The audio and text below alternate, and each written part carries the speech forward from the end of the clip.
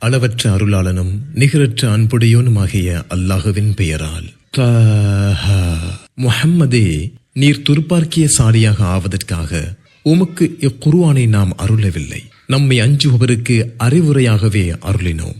உயர்வான வானங்களையும் பூமியையும் படைத்தவனிடமிருந்து இது அருளப்பட்டது. அளவற்ற அருளாளன் அர்ஷின் மீது அமர்ந்தான். வானங்களில் உள்ளவையும் பூமியில் உள்ளவையும் அவ்விரண்டுக்கும் இடையே உள்ளவையும் பூமிக்கு அடியில் உள்ளவையும் அவனுக்கே உரியன. சொல்லை நீர் உரத்துச் சொன்னால் அதை அறிவதுடன் ரகசியத்தையும் அதைவிட ரகசியத்தையும் அவன் அறிகிறான். அல்லாஹுவை தவிர வணக்கத்திற்குரியவன் யாரும் இல்லை. அவனுக்கு அழகிய பெயர்கள் உள்ளன. மூசாவை பற்றிய செய்தி உமக்கு தெரியுமா? அவர் ஒரு நெருப்பை கண்டபோது தமது குடும்பத்தினரிடம், இருங்கள், நான் ஒரு நெருப்பை கண்டேன், அதில் உங்களுக்கு ஒரு தீப்பந்தத்தை கொண்டு வருவேன், அல்லது நெருப்புக்கு ஏதேனும் ஒரு வழியை கண்டு வருவேன் என்றார். அங்கே அவர் வந்தபோது மூசாவே என்று அழைக்கப்பட்டார். நானே உமது இறைவன், எனவே உமது செருப்புகளை கலற்றுவீராக. நீர் துவா எனும் தூய்மையான பள்ளத்தாக்கில் இருக்கிறீர். நான் உம்மை தேர்ந்தெடுத்து விட்டேன், எனவே அறிவிக்கப்படும் தூதுச் செய்தியை செவிமடுப்பீராக. நான் தான் அல்லாஹ், என்னை தவிர வணக்கத்திற்குரியவன் யாரும் இல்லை. எனவே என்னை வணங்குவீராக. என்னை நினைப்பதற்காக தொழுகையை நிலைநாட்டுவீராக. யுக முடிவு நேரம் வந்தே தீரும். ஒவ்வொருவரும் தமது உழைப்புக்கேற்ப கூலி கொடுக்கப்படுவதற்காக அதை மறைத்து வைத்துள்ளேன். அதை நம்பாது தனது மனோ இச்சையை பின்பற்றியவன் அதை விட்டும் உம்மை தடுத்திட வேண்டாம். அவ்வாறாயின் நீர் அழிந்து விடுவீர். மூசாவே, உமது வலது கையில் இருப்பது என்ன என்று இறைவன் கேட்டான். இது எனது கைத்தடி, இதன் மீது ஊன்றிக் கொள்வேன். இதன் மூலம் எனது ஆடுகளுக்கு இலை பறிப்பேன். எனக்கு வேறு பல தேவைகளும் இதில் உள்ளன என்று அவர் கூறினார். மூசாவே, அதை போடுவீராக என்று அவன் கூறினான். அதை அவர் போட்டபோது உடனே அது சீரும் பாம்பாக ஆனது. அஞ்சாமல் அதை பிடிப்பீராக. அதனுடைய முந்தைய நிலைக்கு அதை மாற்றுவோம் என்று அவன் கூறினான். உமது கையை உமது விழாப்புறத்துடன் சேர்ப்பீராக. தீங்கற்று வெண்மையாக அது வெளிப்படும். இது மற்றொரு சான்றாகும். நமது மகத்தான சான்றுகளில் சிலவற்றை உமக்கு காட்டுகிறோம். நீர் ஃபிர்அவுனிடம் செல்வீராக. அவன் வரம்பு மீறிவிட்டான் என்று இறைவன் கூறினான். என் இறைவா, எனது உள்ளத்தை எனக்கு விரிவுபடுத்து என்றார். எனது பணியை எனக்கு எளிதாக்கு. எனது நாவிலுள்ள முடிச்சை அவிழ்த்து விடு. அப்போதுதான் எனது சொல்லை அவர்கள் புரிந்து கொள்வார்கள். எனது குடும்பத்திலிருந்து என் சகோதரர் ஹாரூனை எனக்கு உதவியாளராக ஏற்படுத்து. அவர் மூலம் என்னை பலப்படுத்து. எனது பணியில் அவரையும் கூட்டாக்கு. நாங்கள் உன்னை அதிகமாக துதிப்பதற்காக, உன்னை அதிகமாக நாங்கள் நினைப்பதற்காக நீ எங்களை பார்ப்பவனாக இருக்கிறாய் என்றார்.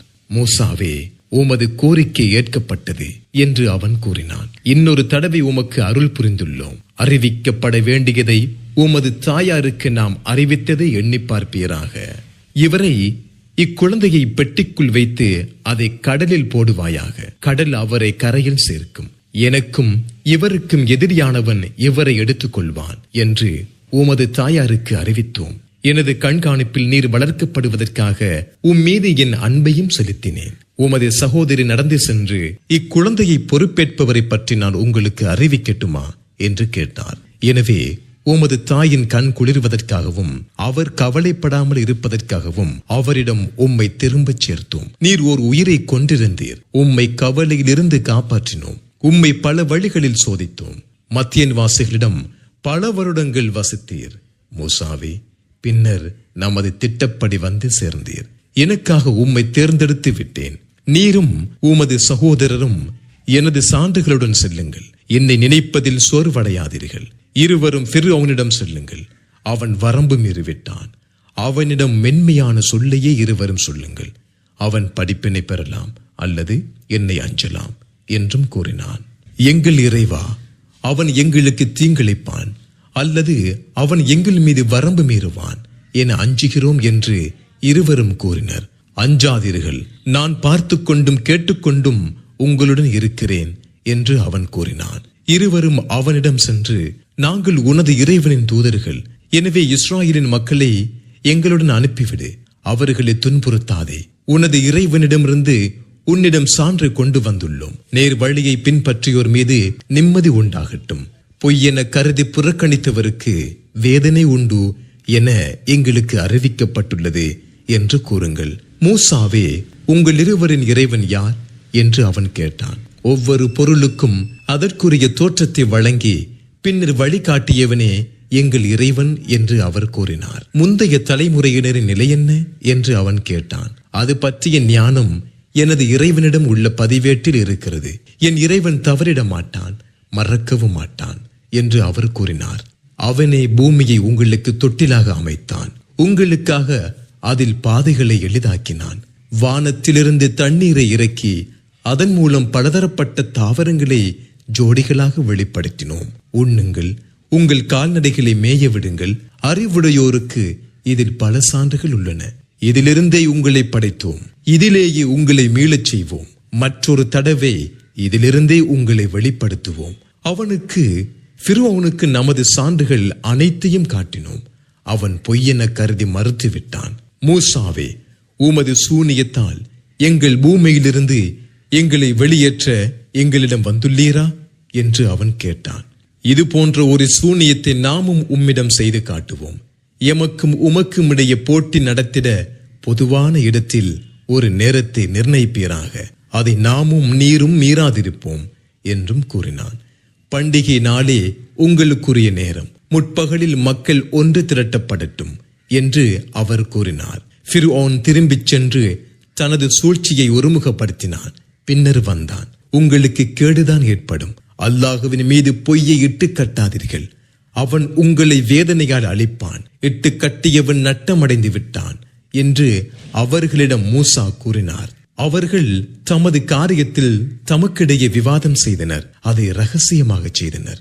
இவ்விருவரும் சூனியக்காரர்கள். தமது சூனியத்தின் மூலம் உங்களை உங்களது பூமியிலிருந்து வெளியேற்ற எண்ணுகின்றனர். சிறந்த உங்கள் வழிமுறையை அழிக்கவும் நினைக்கின்றனர் என கூறினர். உங்கள் சூழ்ச்சியை ஒருமுகப்படுத்துங்கள், பின்னர் அணிவகுத்து வாருங்கள். போட்டியில் வெல்பவரே இன்று வெற்றி பெற்றவர் என்றனர். மூசாவே, நீர் போடுகிறீரா, நாங்கள் முதலில் போடட்டுமா என்று சூனியக்காரர்கள் கேட்டனர். இல்லை, நீங்களே போடுங்கள் என்று அவர் கூறினார். உடனே அவர்களின் கயிறுகளும் கைத்தடிகளும் அவர்களது சூனியத்தினால் சீறுவதைப் போல் அவருக்கு தோற்றமளித்தது. மூசா தமக்குள் அச்சத்தை உணர்ந்தார். அஞ்சாதீர், நீர்தான் வெல்பவர் என்று நாம் கூறினோம். உமது வலது கையில் உள்ளதை போடுவீராக. அவர்கள் செய்தவற்றை அது விழுங்கிவிடும். அவர்கள் செய்திருப்பது சூனியக்காரனின் சூழ்ச்சி. போட்டிக்கு வரும்போது சூனியக்காரன் வெற்றி பெற மாட்டான் என்றும் கூறினோம். உடனே சூனியக்காரர்கள் சஜதாவில் விழுந்து மூசா மற்றும் ஹாரூனின் இறைவனை நம்பினோம் என்றனர். நான் உங்களுக்கு அனுமதி அளிப்பதற்கு முன் அவரை நம்பிவிட்டீர்களா? அவரே உங்களுக்கு சூனியத்தை கற்றுத்தந்த உங்களது குருவாவார். எனவே உங்களை மாறுகால் மாறு கைவட்டி உங்களை பேரீச்சை மரத்தின் அடிப்பாகத்தில் சிலுவையில் அறைவேன். நம்மில் கடுமையாக தண்டிப்பவரும் நிலையானவரும் யார் என்பதை அப்போது அறிந்து கொள்வீர்கள் என்று அவன் கூறினான். எங்களிடம் வந்த தெளிவான சான்றுகளையும் எங்களை படைத்தவனையும் விட நாங்கள் உன்னை தேர்ந்தெடுக்கப் போவதில்லை. நீ கூற வேண்டிய தீர்ப்பை கூறிக்கொள். இவ்வுலக வாழ்க்கையில் தான் நீ தீர்ப்பு வழங்குவாய் என்று அவர்கள் கூறினார்கள். எங்கள் குற்றங்களையும் நீ எங்களை கட்டாயப்படுத்தி செய்ய வைத்த சூனியத்தையும் எங்கள் இறைவன் மன்னிப்பதற்காக எங்கள் இறைவனை நாங்கள் நம்பிவிட்டோம். அல்லாஹுவே சிறந்தவன், நிலையானவன் என்றும் கூறினர். தனது இறைவனிடம் குற்றவாளியாக வருபவனுக்கு நரகமே உள்ளது. அதில் அவன் சாகவும் மாட்டான், வாழவும் மாட்டான். நல்லறங்கள் புரிந்து நம்பிக்கை கொண்டவராக அவனிடம் வருவோருக்கே உயர்வான பதவிகள் உள்ளன. நிலையான சொர்க்கச் சோலைகள் உள்ளன. அவற்றின் கீழ்ப்பகுதியில் ஆறுகள் ஓடும். அதில் நிரந்தரமாக இருப்பார்கள். இதுவே பரிசுத்தமாக வாழ்ந்தோரின் கூலி. எனது அடியார்களை அழைத்துச் செல்வீராக. கடலில் அவர்களுக்காக ஈரமில்லாத ஒரு வழியை ஏற்படுத்திக் கொடுப்பீராக. பிடிக்கப்பட்டு விடுவதை பற்றி பயப்படாதீர், வேறெதற்கும் அஞ்சாதீர் என்று மூசாவுக்கு அறிவித்தோம். ஃபிர்அவுன் தனது படையினருடன் அவர்களை பின்தொடர்ந்தான். கடலில் மூட வேண்டியது அவர்களை மூடிக்கொண்டது. ஃபிர்அவுன் தனது சமுதாயத்தை வழிகெடுத்தான், நேர் வழி காட்டவில்லை. இஸ்ராயேலின் மக்களே, உங்கள் எதிரியிடமிருந்து உங்களை காப்பாற்றினோம். தூர் மலையின் வளப்பகுதியை உங்களுக்கு வாக்களித்தோம். உங்களுக்கு மண்ணு சல்வா எனும் உணவை இறைக்கினோம். நாம் உங்களுக்கு வழங்கியவற்றில் தூய்மையானதை உண்ணுங்கள், இங்கே வரம்பு மீறாதீர்கள். அவ்வாறு செய்தால் எனது கோபம் உங்கள் மீது இறங்கும். எவன் மீது எனது கோபம் இறங்கிவிட்டதோ அவன் வீழ்ந்து விட்டான். திருந்தி நம்பிக்கை கொண்டு நல்லறம் செய்து பின்னர் நேர்வழி பெற்றவரை நான் மன்னிப்பேன். மூசாவே, உமது சமுதாயத்தை விட்டுவிட்டு அவசரமாக வந்தது ஏன் என்று இறைவன் கேட்டான். அவர்கள், இதோ எனக்கு பின்னால் வருகின்றனர். என் இறைவா, நீ திருப்திப்படுவதற்காக உன்னிடம் விரைந்து வந்தேன் என்று அவர் கூறினார். உமக்கு பின் உமது சமுதாயத்தை நாம் சோதித்தோம், அவர்களை சாமிரி வழிகெடுத்து விட்டான் என்று இறைவன் கூறினான். உடனே மூசா தமது சமுதாயத்திடம் கோபமாகவும் கவலைப்பட்டவராகவும் திரும்பினார். என் சமுதாயமே, உங்கள் இறைவன் உங்களுக்கு அழகான வாக்குறுதியை அளிக்கவில்லையா? அல்லது நான் புறப்பட்டு போய் அதிக காலமாகிவிட்டதா? அல்லது உங்கள் இறைவனிடமிருந்து உங்கள் மீது கோபம் இறங்க வேண்டும் என விரும்பி என்னிடம் கொடுத்த வாக்கை மீறினீர்களா என்று கேட்டார். நாங்கள் உம்மிடம் கொடுத்த வாக்குறுதிக்கு திட்டமிட்டு மாறு செய்யவில்லை. மாறாக அந்த சமுதாயத்தின் அணைக்கலன்கள் எங்கள் மீது சுமத்தப்பட்டன, அதை வீசினோம். இவ்வாறே சாமிரியும் வீசினான். அவர்களுக்காக உடலுடன் கூடிய காளை கன்றை அவன் வெளிப்படுத்தினான். அது சப்தமும் போட்டது. உடனே அவர்களில் அறிவினர்கள், இதுவே உங்கள் இறைவன், மூசாவின் இறைவன், அவர் வழிமாறி சென்று விட்டார் என்றனர். அது எந்த சொல்லுக்கும் பதிலளிக்காது என்பதையும், அவர்களுக்கு தீங்கு செய்யவும் நன்மை செய்யவும் அது அதிகாரம் பெற்றிருக்கவில்லை என்பதையும் அவர்கள் கவனிக்க வேண்டாமா? என் சமுதாயமே, இதன் மூலம் சோதிக்கப்பட்டுள்ளீர்கள். அளவற்ற அருளாளன் தான் உங்கள் இறைவன். எனவே என்னை பின்பற்றுங்கள், எனது கட்டளைகளுக்கு கட்டுப்படுங்கள் என்று இதற்கு முன் அவர்களிடம் ஹாரூன் கூறியிருந்தார். மூசா, எங்களிடம் திரும்பி வரும் வரை இதிலேயே நீடிப்போம் என்று அவர்கள் கூறினர். ஹாரூனே, அவர்கள் வழிகட்டதை நீர் பார்த்தபோது என்னை நீர் பின்பற்றாதிருக்க உமக்கு என்ன தடை?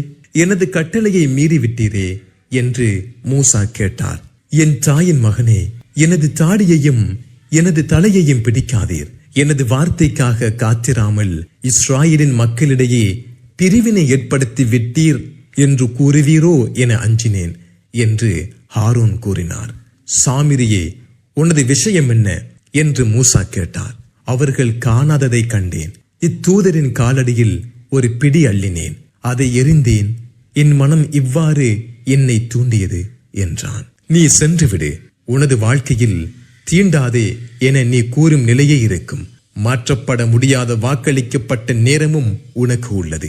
நீ வணங்கிய உனது கடவுளை பார், அதை நெருப்பில் எரித்து பின்னர் அதை கடலில் தூவுவோம் என்று மூசா கூறினார். உங்கள் இறைவன் அல்லாகவே, அவனை தவிர வணக்கத்திற்குரியவன் யாரும் இல்லை. ஒவ்வொரு பொருளையும் விரிவாக அவன் அறிந்து வைத்திருக்கிறான். முஹம்மதே, இவ்வாறே முன் சென்ற செய்திகளை உமக்கு கூறுகிறோம். நம் அறிவுரையையும் உமக்கு வழங்கியுள்ளோம். இதை புறக்கணிப்போர் கியாமத் நாளில் பாவத்தை சுமப்பார்கள். அதில் அவர்கள் நிரந்தரமாக இருப்பார்கள். கியாமத் நாளில் அவர்களுக்கு அது மிகவும் கெட்ட சுமை. சூர் ஊதப்படும் நாளில் குற்றவாளிகளை நீல நிற கண்களுடையோராக எழுப்புவோம்.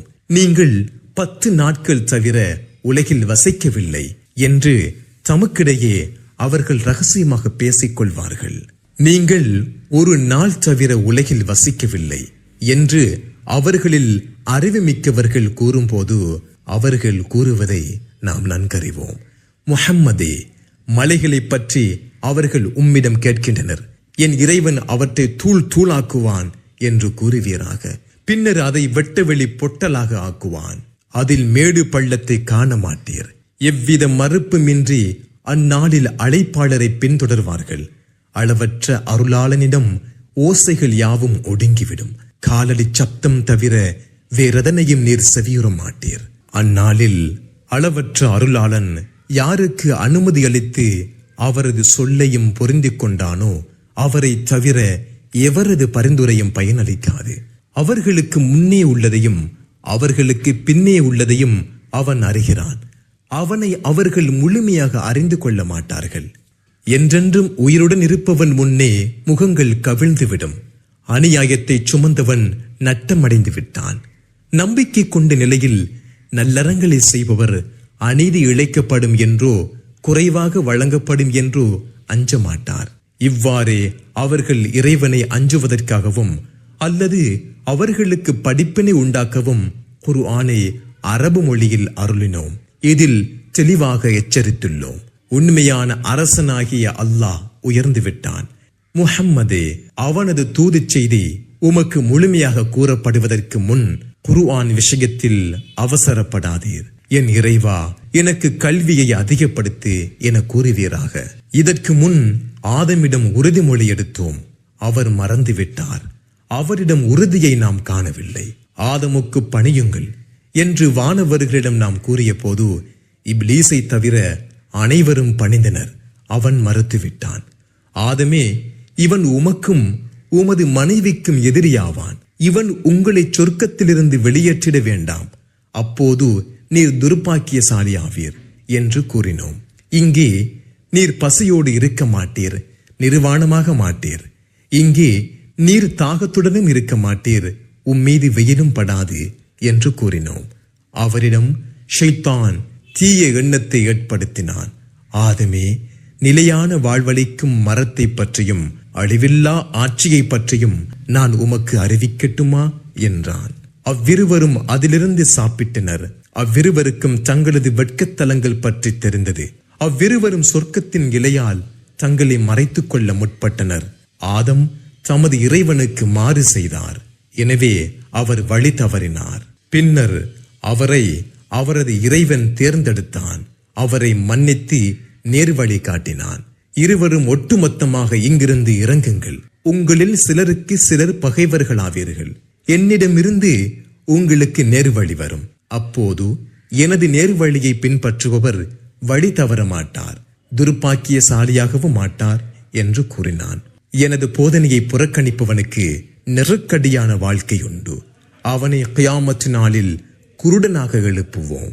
என் இறைவா, நான் பார்வையுடையவனாக இருந்தேனே, ஏன் என்னை குருடனாக எழுப்பினாய் என்று அவன் கேட்பான். அப்படித்தான் நம்முடைய வசனங்கள் உன்னிடம் வந்தன, அதை நீ மறந்தாய். அவ்வாறே இன்று மறக்கப்படுகிறாய் என்று இறைவன் கூறுவான். தனது இறைவனின் வசனங்களை நம்பாமல் வரம்பு மீறி நடப்பவனுக்கு இவ்வாறே கூலி கொடுப்போம். மறுமையின் வேதனை கடுமையானது, நிலையானது. அவர்களுக்கு முன்னர் எத்தனையோ தலைமுறையினரை அளித்துள்ளோம் என்பது அவர்களுக்கு நேர்வழியை காட்டவில்லையா? அவர்கள் குடியிருந்த இடங்களில் இவர்கள் நடக்கின்றனர். அறிவுடையோருக்கு இதில் பல சான்றுகள் உள்ளன. உமது இறைவனிடமிருந்து குறிப்பிட்ட காலக்கெடுவும் விதியும் முந்தியிருக்காவிட்டால் அழிவு நிச்சயமாகி இருக்கும். முஹம்மதே, அவர்கள் கூறுவதை சகித்துக் கொள்வீராக. சூரியன் உதிப்பதற்கு முன்பும் அது மறைவதற்கு முன்பும் இரவு நேரங்களிலும் உமது இறைவனை போற்றி புகழ்வீராக. பகலின் ஓரங்களிலும் துதிப்பீராக. இதனால் கிடைக்கும் கூலியில் நீர் திருப்தி அடையலாம். முஹம்மதே, சோதிப்பதற்காக அவர்களில் சிலருக்கு நாம் வழங்கிய இவ்வுலக வாழ்க்கையின் கவர்ச்சியை நோக்கி உமது கண்களை நீட்டாதீர். உமது இறைவனின் செல்வம் சிறந்ததும் நிலையானதுமாகும். முஹம்மதே, தொழுமாறு உமது குடும்பத்தினரை ஏவுவீராக. அதில் ஏற்படும் சிரமங்களை சகித்துக் கொள்வீராக. உம்மிடம் நாம் செல்வத்தை கேட்கவில்லை, நாமே உமக்கு செல்வத்தை அளிக்கிறோம். இறை அச்சத்திற்கே நல்ல முடிவு உண்டு. இவர் தமது இறைவனிடமிருந்து சான்றை நம்மிடம் கொண்டு வர வேண்டாமா என்று அவர்கள் கேட்கின்றனர். முந்தைய வேதங்களில் உள்ள சான்று அவர்களை வந்தடையவில்லையா? முன்னரே வேதனையின் மூலம் நாம் அவர்களை அளித்திருந்தால், எங்கள் இறைவா, எங்களிடம் ஒரு தூதரை நீ அனுப்பியிருக்க கூடாதா? நாங்கள் இழிவையும் அவமானத்தையும் அடையும் முன் உனது வசனங்களை பின்பற்றி இருப்போமே என்று கூறியிருப்பார்கள். அனைவரும் எதிர்பார்க்கின்றனர், நீங்களும் எதிர்பாருங்கள். நேரான வழிக்கு உரியவர் யார், நேர்வழி பெற்றவர் யார் என்பதை அறிந்து கொள்வீர்கள் என்று கூறுவீராக.